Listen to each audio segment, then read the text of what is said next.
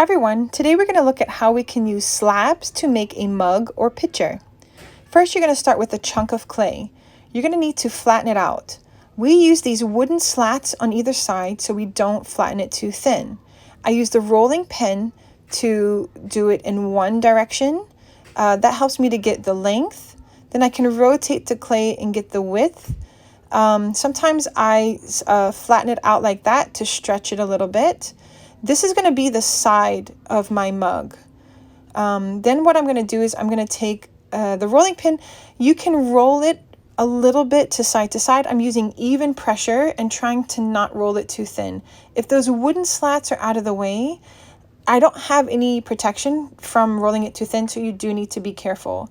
Each time as I'm working, I'm testing to see if it's the right length that I want. Sometimes those edges get narrow, so I'm kind of tapping and folding those ends to give it more of a squarish shape. I'm going to take another chunk of clay and roll it flat. This is going to be the base.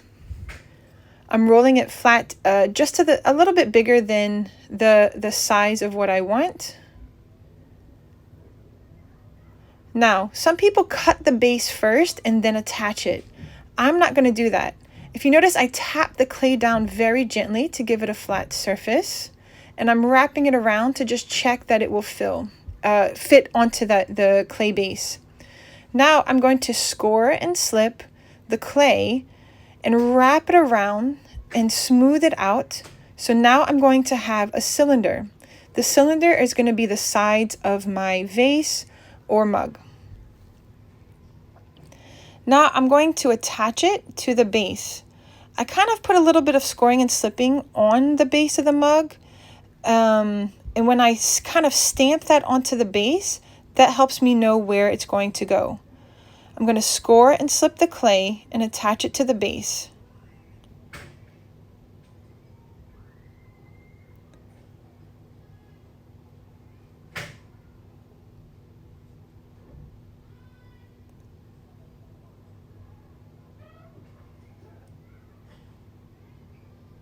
So now I can see where I need to score on the base.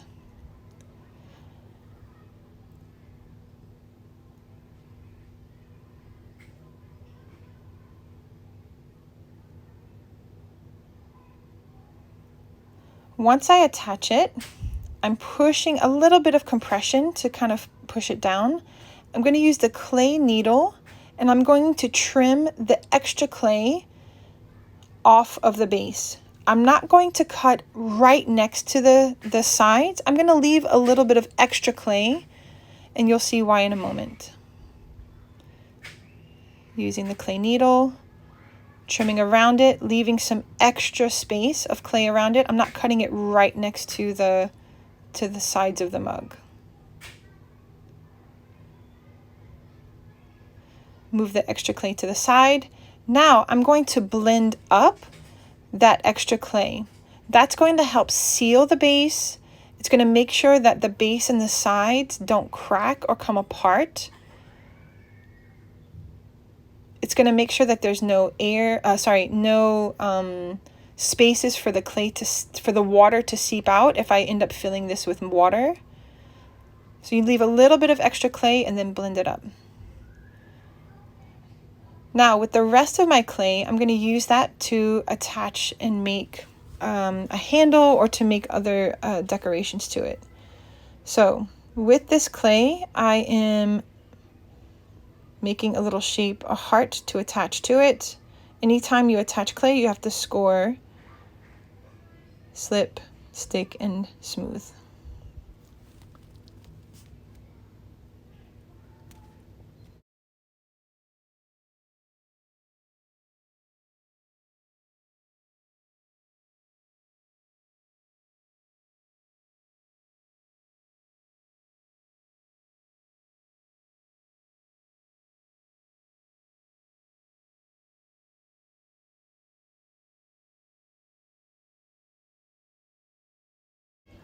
I'm using a wooden slat or a wooden spoon to kind of tap the top. I wanted it to be curved in a bit, so you can do that gently to round off or flatten certain shapes.